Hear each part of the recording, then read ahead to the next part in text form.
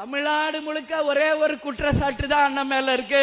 அதுவும் இந்த பெண்கள் கூட்டத்தில் நான் சொல்றேன், எங்க பார்த்தாலும் பாலியல் வன்கொடுமை, போதை கலாச்சாரம் இருக்கு. உண்மையை சொல்றவங்க தெய்வத்துக்கு சமம் சொல்லுவாங்க. பாலியல் குற்றத்தை மட்டும் தான் சொல்ல முடியும். பாலியல் குற்றங்கிறது அவங்களுக்கு அவ்வளவு ஈஸியா போச்சு. ஒரு பிள்ளைங்களை 10 மாதம் சுமந்து வளர்த்தி ஆளாக்கி நாளைக்கு அது 4 துண்டா 8 துண்டா பாக்குறப்ப மனசு என்ன கடந்து துடிக்குது. அப்பேற்பட்ட ஒரு உயிர் அவங்களுக்கு ஒரு எகத்தாளமா போயிருச்சு. அதனால பாலியல் குற்றத்தை மட்டும் தான் அவங்ககிட்ட சொல்ல முடியும். கஞ்சா போட்டுட்டு எத்தனை கொலை குற்றங்கள் டெய்லியும் அசால்ட்டா நடந்து போற பையனை வெட்டுறாங்க. இருக்கிறதுலே முக்கியமான குற்றம் இந்த 2 குற்றம் தாங்க. நீங்க இலவசமா கொடுத்து மக்களுக்கு போய் சேர்றது அது நீங்க நல்ல திட்டங்கள் கிடையாது. மக்களுக்கு ஒரு தப்புனா உடனே தண்டனை கொடுக்கணும்.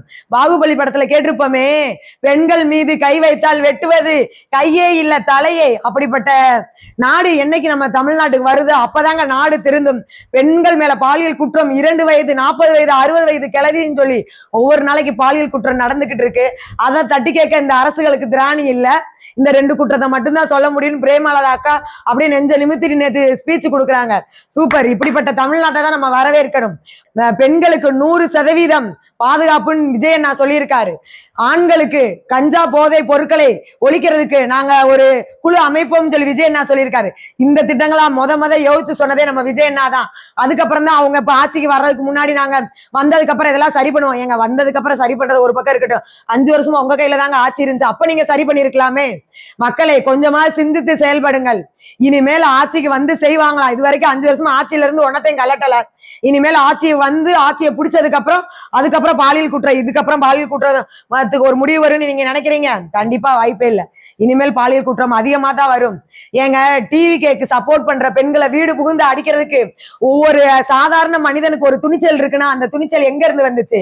இங்க கூட கையில இருக்க டிஎம்கே காரங்க சப்போர்ட் பண்ணாமையா டிவி கேக்கு சப்போர்ட் பண்ற பெண்களையும் ஆண்களையும் அடிக்கிறதுக்கு அவங்களுக்கு துணிச்சல் கிடைச்சிருக்கு?